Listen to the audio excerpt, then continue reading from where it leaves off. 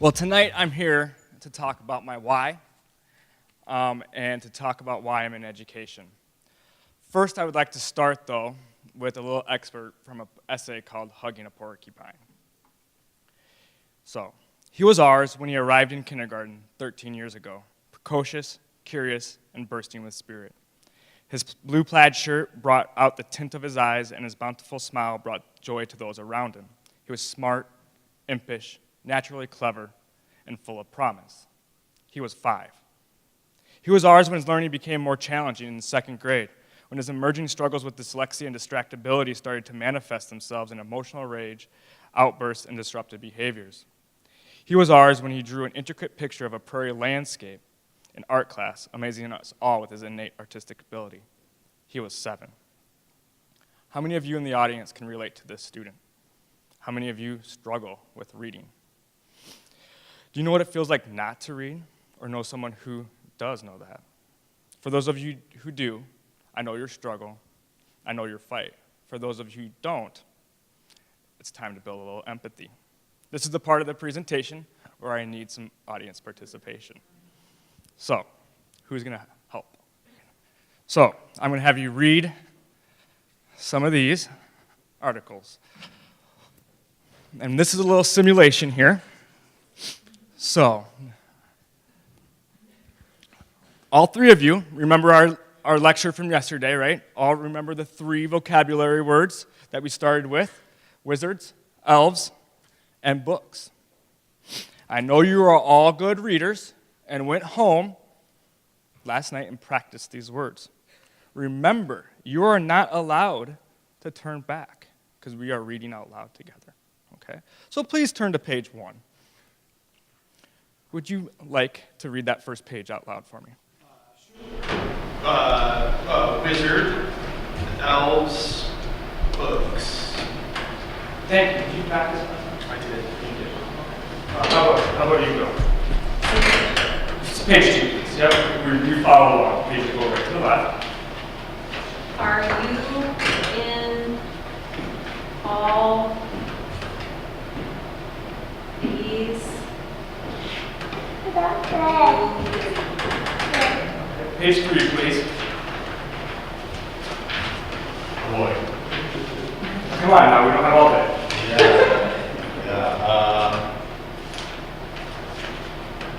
Something or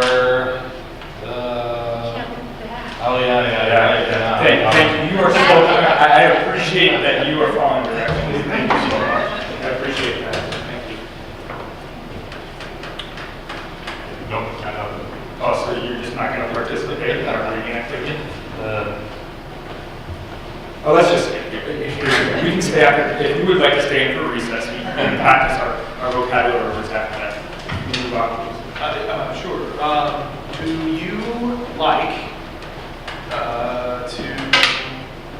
Do you like being in them? Try to remember your words. You practice those. That's all I'm saying. Yes. Oh, you're out. Okay, next page.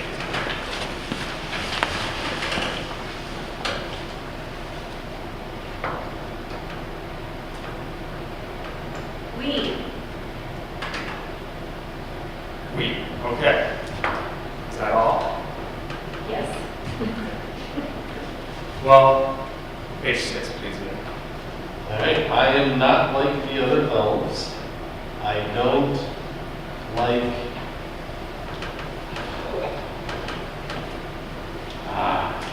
no. Well, thank you very much. All right. You guys, thank you for participating. I appreciate that. You can throw them right there. This task is meant to simulate what students have when they have difficulty making associations with symbols and sounds. So it's a dyslexia test.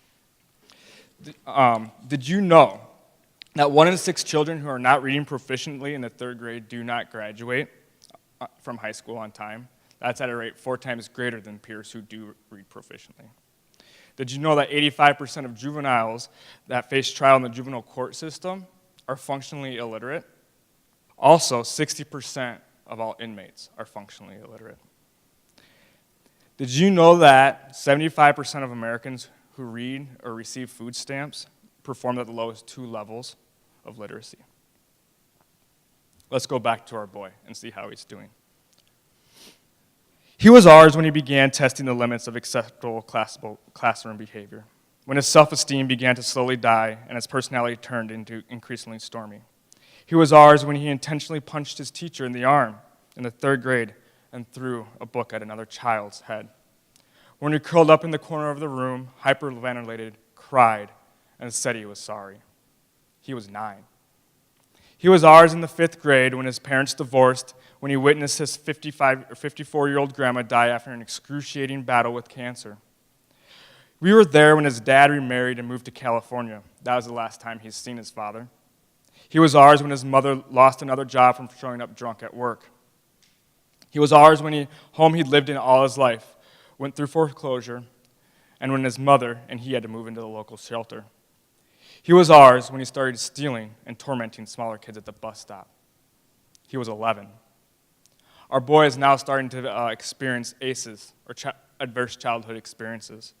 These experiences are defined as traumatic or stressful events that occur during childhood.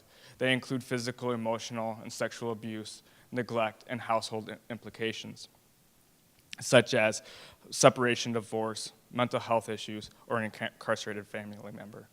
Why do ACEs matter so much? ACEs impact a wide range of your health and life, such as obesity, depression, risky behavior, and academic achievement. More alarmingly, as your number of ACEs increase, or those traumatic experiences you face as a child, so does your likelihood that these systems will manifest in your life. ACEs can lead to an early death. There is more and more research around the neuroplasticity of the brain and the correlation these experiences have on your brain. In essence, as you experience these events in your life, they change the way your brain works, the way you make decisions, the way you learn, and the way you act. Even more alarming is that there's a growing body of research around epigenetics, which is the study of how these experiences actually change your genes, which means you can pass these experiences on to the next generation. Let's go back to our boy and see how he's doing as he travels to high school. He was ours when his beautiful, infectious smile retired and the darkness turned to encircle him. He was ours when we had to reassure the other children in his 7th grade class they were safe despite his nearly constant threats.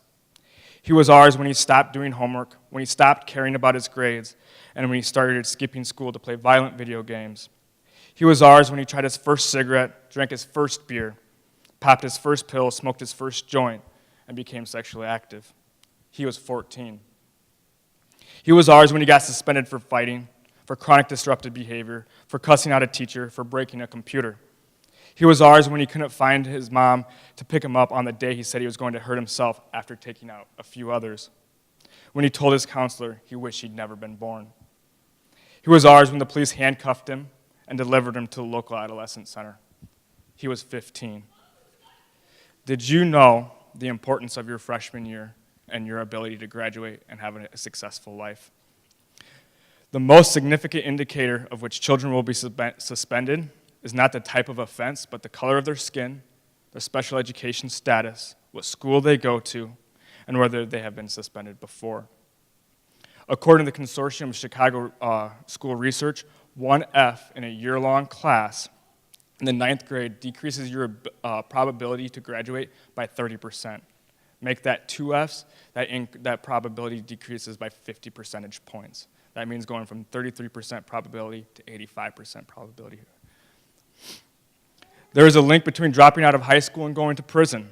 Of the dropouts, nearly 60% of high school dropouts will go to prison at some point.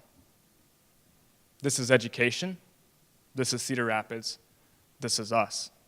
Our halls are filled with students with these invisible barriers to learning, be it reading struggles, abusive parents, or hunger. Many of these invisible barriers tend to manifest themselves in very visible barriers, such as disruptive behavior, aggression, threats, apathy, lack of motivation. These visible barriers create even larger barriers for our students to access and stay engaged with school. But our teachers are doing it. The system is working for some of them. But this is my why. This is why I'm here. This is why I'm at Cedar Rapids. I'm here for this. This is my moral imperative. I do this because education is the great equalizer. Teaching is the noblest profession. People matter, and everybody deserves someone to care about them. So what do I do to make this a reality? As the Associate Director of Access and Instructional Design, I am charged with breaking down the barriers to access through the use of digital tools. These tools have the ability to fundamentally change the educational experience for all students while decreasing the digital divide and access. I work to empower teachers to enhance and transform students' experiences in order to allow them to have a plan, a path, and a passion for their future. The formula is simple. Equity plus empowerment plus engagement equals every learner future ready. There is a digital divide between those who have technology and those who do not in the Cedar Rapids School District. More importantly, there's a significant divide between those who use technology to create and those who use technology to consume. The world has changed. Those skills that can be turned into algorithms will be. Dispositions such as innovative thinking, empathy, creativity will be the most valuable asset to be globally competitive.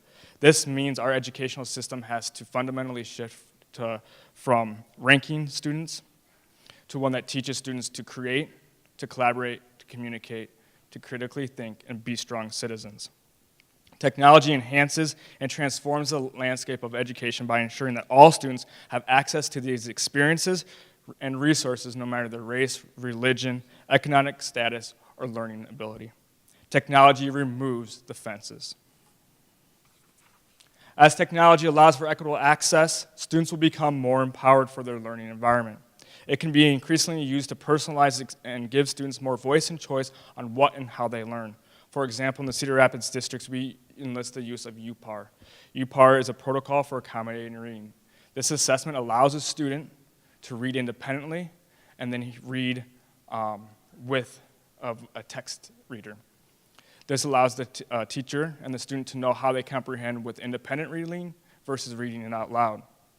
Our data shows that when read out loud, some students benefit greatly with this reading accommodation.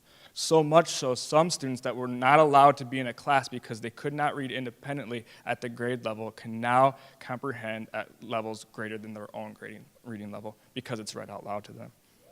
Anecdotally, I've heard students crying when the teacher has showed them their scores. One student I heard said, when the teacher told them, said, "You mean I'm not dumb?" No, you're not dumb. How empowering is that for a student?